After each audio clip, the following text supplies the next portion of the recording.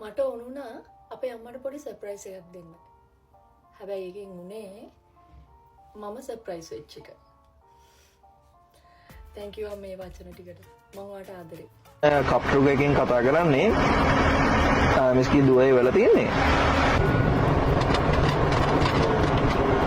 ලබන්න මං පින් කරන්නති ඒ අතරේ මං ලබාපු පරම වෙන්නති.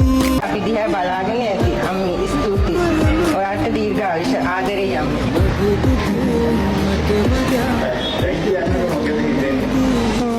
ගොඩක් සතුටුයි ඉතින්.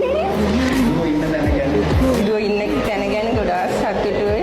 ඒ අපව බලා ගන්නවා හස්බන්ඩ් නැතිලා අවුරුදු 4ක් යනවා. ඒ හතරම ඒ අපි ගැන බලනවා. මම යාට තමයි හැමදේම කතා කරලා කියන්නේ දුව මේක අඩුපාඩුයි මේක නෑ. එතකොට මට නෑ අම්මි කියලා අනිත් අතට දෙනවා. නෑ අම්මි දැන් නැහැ කිව්වට මට සල්ලි දානවා. මෙහෙම බේත් ගන්න ඕනේ මොනා කිව්වත් දානවා සල්ලි. යාට තමයි මම කියන්නේ. දැන් ඇත්තටම ඉන්න තැන සතුටුයි. අපි 6 දෙනාගේම දේවල් බලනවා නංගිලාගේ මල්ලිලාගේ ඔක්කොම දේවල් කරනවා. තාත්තා වගේ වගකීම අර. යාට තමයි ඉතින් තාත්තා කිව්වේ මණි පුතේ ඔයා ගියොත් තමයි අපි ගොඩ ගිහලා අපිට. අම්මා වගේ රකපාන. ඒකට නම් දුකයි ඉතින්. මම එච්චර වාසි නෑ මම වාසයි. දැන් නම් ගොඩක් වාසි නෑ. ඉස්සර වාසයි. එච්චර ඉතින් ගණන් ගන්න නෑ. තියාගේ සතුටෙන්නේ. දුව පරිස්සමින් ඉන්න මනේ.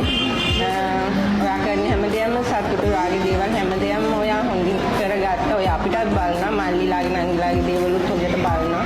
ආච්චි මොනා කිව්වත් ඒ වෙනවා ඒත් ඒවල තියුණ ආච්චිව බලා ගන්නවා. ආච්චි කුපන්දිනේට ඇඳුම් හැමදේම මං ඇත්තට අනේ මන් දන්නේ කියන සෑනින් තිබුණා නැත කරනවා. අපි ගොඩාක් ආදරේ මනේ පුතේ. ඔයාට ගොඩාක් පිං. thank you. එයා නම් පිං කියන වචනෙන් නම් කැමති නෑ. පිං ඉතින් thank you. අපව බලා ගන්නවට.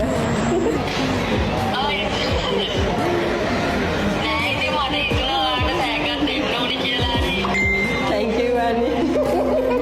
මං එනවා කැමතිත් නෑනේ මං අන්න ගොඩාක් පිං